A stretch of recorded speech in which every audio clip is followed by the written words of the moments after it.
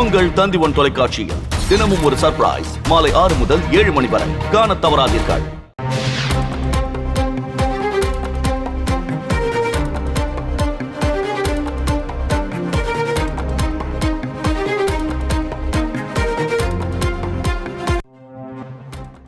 முதல் அரசியல் மாநாட்டை நடத்துகிறது தாவேகா. ரசிகர்களாக இருந்தவர்கள் அரசியல்வாதிகளாக இந்த மாநாட்டில் கலந்து கொள்வது, இந்த மாநாட்டுக்கான வருகை, முழு அரசியல் செயல்பாடுகள், இதற்கெல்லாம் இந்த மாநாடு ஒரு விடையாக இருக்க போகிறது.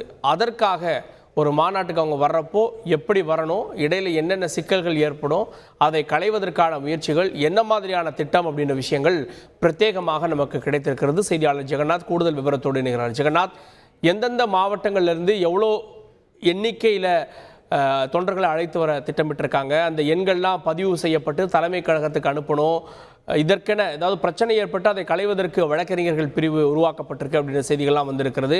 மாநாட்டுக்கான முழுமையான திட்டமிடுதல்கள் என்ன? வணக்கம்.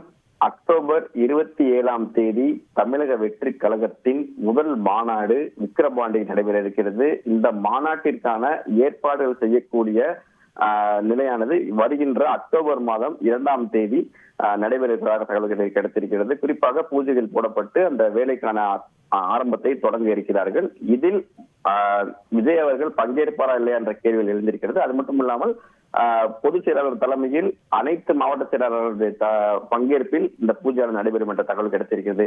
குறிப்பாக இந்த மாநாடு தடைகளை தவிர்க்க விஜய் அவர்கள் ஒரு வியூகம் ஒன்று போட்டிருக்கிறார் என்பது கூறுகிறாங்க. என்னன்னா, வீட்டிலிருந்து புறப்படும் தமிழக வெற்றி கழகத்தின் தொண்டர்கள் மாநாட்டில் கலந்து கொண்டு வீடு திரும்பும் வரை உள்ள சவால்களை சமாளிப்பதற்கு, அது மட்டும் இல்லாமல் தொண்டர்களுக்கு விஜய் ஒரு வியூகம் வகுத்திருக்கிறார். குறிப்பாக அந்த மாநாட்டிற்கு வரும் அனைத்து வாகனங்களோட பதிவு எண்கள், இன்சூரன்ஸ், ஆர்டி புத்தகத்தை முன்கூட்டியே கட்சி தலைமைக்கு அனுப்ப வேண்டும் என்று ஒரு கட்டளை ஒன்று போட்டிருக்கிறார். இதுவரை ஒவ்வொரு மாவட்டத்திலும் பார்த்தீங்கன்னா நூற்றுக்கணக்கான வாகனங்களின் ஆவணங்கள் தமிழக வெற்றி கழகத்தின் தலைமை அலுவலகத்திற்கு வந்து சேர்ந்துள்ளதாக கூறுகிறாங்க.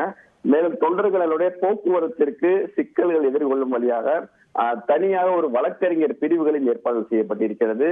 வழியில் ஏற்படக்கூடிய பிரச்சனைகள், குறிப்பாக தமிழக வெற்றி கழகத்தில் தொண்டர்கள் பயணம் செய்யும் வாகனங்கள் வரும் வழியில் யாரேனும் தடைகள் போடப்பட்டாலோ பிரச்சனைகளோ சிக்கினாலோ அதனை தீர்க்கும் வகையில் இந்த தனியாக இந்த வழக்கறிஞர் பிரிவானது ஒன்று ஏற்பாடு செய்திருக்கிறார்கள். இது ஒரு மாநிலம் முழுவதும் இருக்கக்கூடிய அனைத்து மாவட்டங்களில் இருக்கக்கூடிய தொண்டர்கள் அவர்களை தொடர்பு கொள்வதற்கான ஒரு தனி போன் நம்பரும் அவர்களுக்கு கொடுக்கப்பட்டிருப்பதாகவும் தகவல் கிடைத்திருக்கிறது.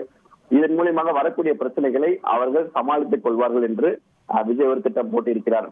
இது மட்டும் இல்லாமல் லட்சக்கணக்கான தொண்டர்களை விக்கிரவாண்டியில் திரட்ட விஜய் போட்டுள்ள புதிய பிளான், ஒவ்வொரு மாவட்ட நிர்வாகம் குறைந்தது 6000 முதல் 10,000 வரை அழைத்து வர வேண்டும் என்று குறிப்பாக கட்டளை ஒன்று போடப்பட்டிருக்கிறது.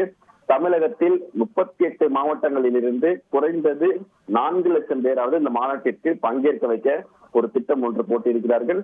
லட்சக்கணக்கில் தொண்டர்கள் வருவார்கள் என்று காவல்துறையினரிடம் சொல்லி அதற்கான ஏற்பாடுகளையும் வழங்கவும் தனியாக கோரிக்கை விடுக்க தமிழக வெற்றி கழகம் முடிவு செய்திருப்பதாகவும் தகவல் கிடைத்திருக்கிறது. மேலும் தற்போது அந்த கட்சியினுடைய பொதுச் செயலாளர் அவர்கள் ஒவ்வொரு மாவட்டத்திற்கும் தற்போது பயணம் மேற்கொண்டு வருகிறார். ஒவ்வொரு மாவட்டத்திற்கும் சென்று அந்தந்த மாவட்ட செயலாளர்களை தனியாக சந்தித்து அவரிடம் திட்டத்தை பற்றி, அவர்கள் வியூகத்தை பற்றி கூறியிருக்கிறார். மேலும் பல்வேறு வகையான பொதுமக்களை அழைத்து வருவதற்காகவும் இந்த ஏற்பாடுகள் செய்யப்பட்டிருக்கிறது என்பது பிரத்யேகமாக தகவல் கிடைத்திருக்கிறது. கூடுதல் விவரங்களுக்கு நன்றி ஜெகநாத். உங்கள் தந்திவன் தொலைக்காட்சியில் தினமும் ஒரு சர்ப்ரைஸ் மாலை 6 முதல் 7 மணி வரை காண தவறாதீர்கள்.